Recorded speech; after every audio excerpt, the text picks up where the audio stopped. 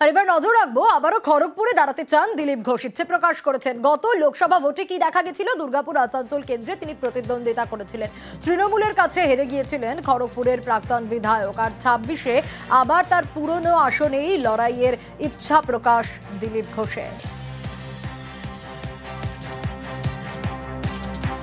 26-এ কি খড়গপুরে আপনি প্রার্থী হতে চান? দল আমাকে যা বলেছে এটা আমি করেছি। আমি চাই না দলের কাছে কিছু, দল আমার কাছে কিছু চায় না, আমার দেওয়ার কিছু নেই। তোমরা যদি বলো চেষ্টা করব। আমার বাংলায় এবার নজর রাখবো গ্রামের উন্নয়নে নয়া কর্মসূচি ঘোষণা মুখ্যমন্ত্রীর। একেবারে পাড়া ধরে ধরে রাস্তা, জল, আলোর কাজে আমাদের পাড়া আমাদের সমাধান। 8,000 কোটি অর্থ বরাদ্দ, দুয়ারে সরকারের পর আরও এক জনমুখী কর্মসূচি। দেশে এই ধরনের উদ্যোগ এই প্রথম, দাবি মুখ্যমন্ত্রীর। গ্রামের উন্নয়নে নয়া কর্মসূচি ঘোষণা করেছেন মুখ্যমন্ত্রী মমতা বন্দ্যোপাধ্যায়। আমরা দেখেছি দুয়ারে সরকারে কত মানুষ উপকৃত হয়েছেন। আর এবার পাড়া ধরে ধরে একেবারে এই কর্মসূচি, রাস্তা, জল, আলোর কাজে আমাদের পাড়া আমাদের সমাধান। কোথায় সাধারণ মানুষের কি সমস্যা হচ্ছে সবটা খতিয়ে দেখবেন আধিকারিকরা, একেবারে পাড়ায় পৌঁছে যাবেন। এবং এর জন্য বরাদ্দ হয়েছে 8,000 কোটি অর্থ। দুয়ারে সরকারের পর এবার আরও এক জনমুখী কর্মসূচি, কিন্তু দেশে এই ধরনের উদ্যোগ প্রথম, দাবি মুখ্যমন্ত্রীর। ছোট ছোট পাড়ায় হয়তো একটা কলের দরকার, তার একটা ছোট্ট গ্রামীণ রাস্তা অল্প করে দিলে তাকে কাদায় হাঁটতে হয় না। হয়তো একটা ইলেকট্রিক পোল বসাতে হবে বা বর্ষায় ভেঙে গেছে। এই রকম ধরনের ছোট ছোট কাজগুলো আমরা একটা প্রোগ্রাম নিয়েছি গভর্নমেন্টে, আমাদের পাড়া আমাদের সমাধান। এবার মানুষের প্রকল্পে আমাদের সরকার পথে নামছেন। সারা দেশে এইরকম উদ্যোগ এই প্রথম। 3টে করে বুথ নিয়ে একটা সেন্টার হবে, একটা পাড়া হবে। এটা করতে 2 মাস সময় লাগবে এবং একদিন করে প্রত্যেকটা বুথে তারা সারাদিন থাকবে। সমস্ত কাজই হবে নিরপেক্ষতা মেনে অনলাইন পোর্টালের মাধ্যমে।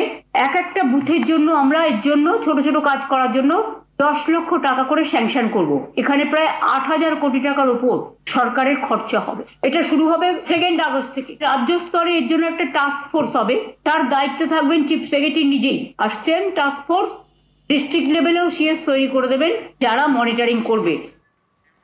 এই কর্মসূচির ঘোষণা মুখ্যমন্ত্রীর। আমাদের পাড়া আমাদের সমাধান। সব থেকে বেশি উপকৃত হবেন সাধারণ মানুষ, তাই তারা কি ভাবছেন দেখি। এই পরিষেবা যেটা মাননীয় মুখ্যমন্ত্রী করেছেন সেটা যদি সদর্থকভাবে সেটা ইমপ্লিমেন্ট হয়, অবশ্যই সাধারণ মানুষ এখান থেকে যথেষ্ট উপকৃত হবে। দুয়ারে সরকার ছিল একটা ওয়ার্ড বেসিস বা অঞ্চল বেসিস, কিন্তু এবারে যেটা করছে সেটা হচ্ছে পাড়া, একবারে পাড়ার মধ্যে মানে আধিকারিকদেরকে নিয়ে চলে আসছেন। ওনারা এসে নিয়ে আপনার কাছে আপনার যে ছোটোখাটো সমস্যা, সেই সমস্যাগুলো শুনবেন, শুনে নিয়ে সেটা সমাধান করার চেষ্টা করবেন। এই যে উদ্যোগ, এই উদ্যোগকে তো অবশ্যই আমরা সাধুবাদ জানাচ্ছি নাগরিক হিসাবে, কারণ দুয়ারে সরকারও মানুষ উপকৃত হয়েছে। এতে হয়তো মানুষ আরও ব্যাপকভাবে উপকৃত হবে।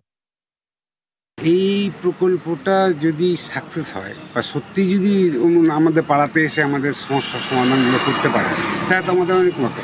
যেমন ধরুন আমি একটা ছোট্ট দোকান করি, সবসময় আমার কোনো অফিস বা কোনো পৌরসভা বা কোথাও যাওয়া হয় না।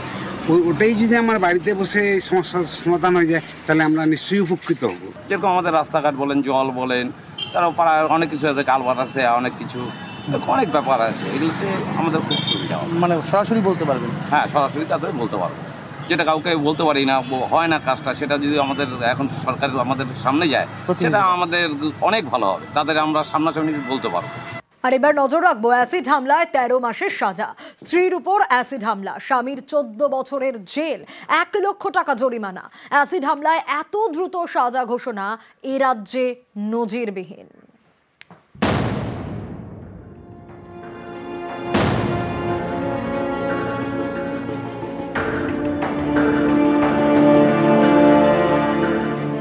স্ত্রীর উপর অ্যাসিড হামলা, দোষী সাব্যস্ত স্বামী।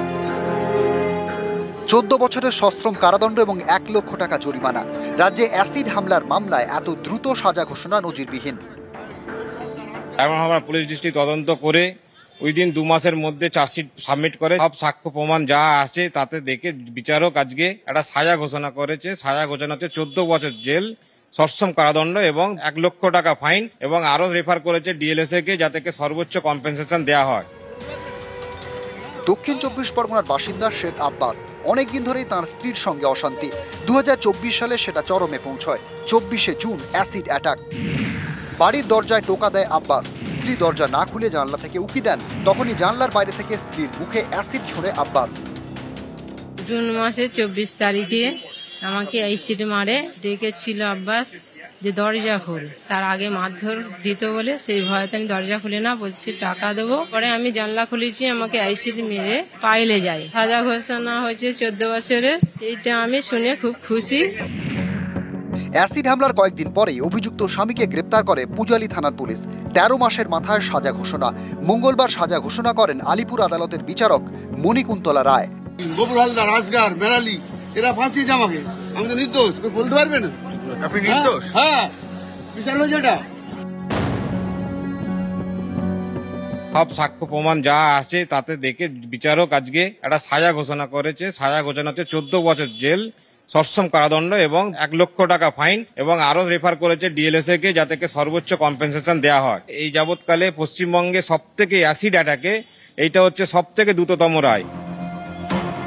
ক্যামেরায় মনোজ যাদবের সঙ্গে রৌনক দত্ত চৌধুরী, নিউজ 18 বাংলা।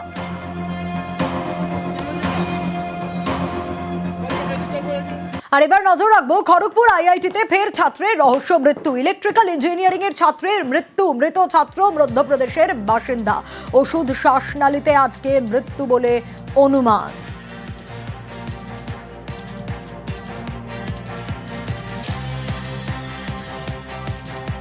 पता नहीं, कल टैबलेट लिया था, मुझे ऐसा बात हुई थी मेरी, और 9 बजे के आसपास भी बात हुई थी उस समय। तब ठीक ठाक था, तब तो इशू नहीं था। कुछ प्रॉब्लम हुआ था उसका? तो खांसी नहीं, ऐसा बताया था। अच्छा, मतलब हल्की सी खांसी, और पहले ऐसा कोई प्रॉब्लम नहीं हुआ था, मेजर इशू नहीं था। तो ये ओषुध खाने के लिए दिक्कत हो गया? हाँ, वो रोटी खाने की।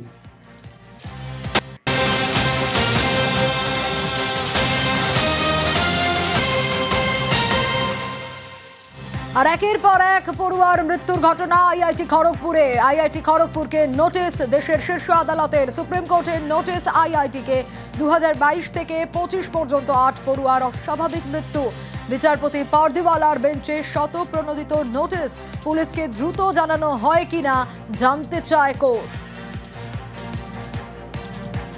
একের পর এক ছাত্রের মৃত্যু। 2022 থেকে 25-এর মধ্যে 2023-এ ছাত্রের মৃত্যু, 2024-এ দীপিকা পিল্লাইয়ের মৃত্যু, 2022-এ ফাইজান আহমেদের মৃত্যু, 2025-এর 12ই জানুয়ারি শাওন মালিকের মৃত্যু হয়, 2023-এ কে কিরণ চন্দ্রার মৃত্যু হয়, 21শে এপ্রিল 2025-এ আরও এক ছাত্রের মৃত্যু হয়, 4 মে মৃত্যু হয় মোহাম্মদ আসিফ কামারের, আর 18 জুলাই রিতম মণ্ডলের প্রাণ চলে যায়।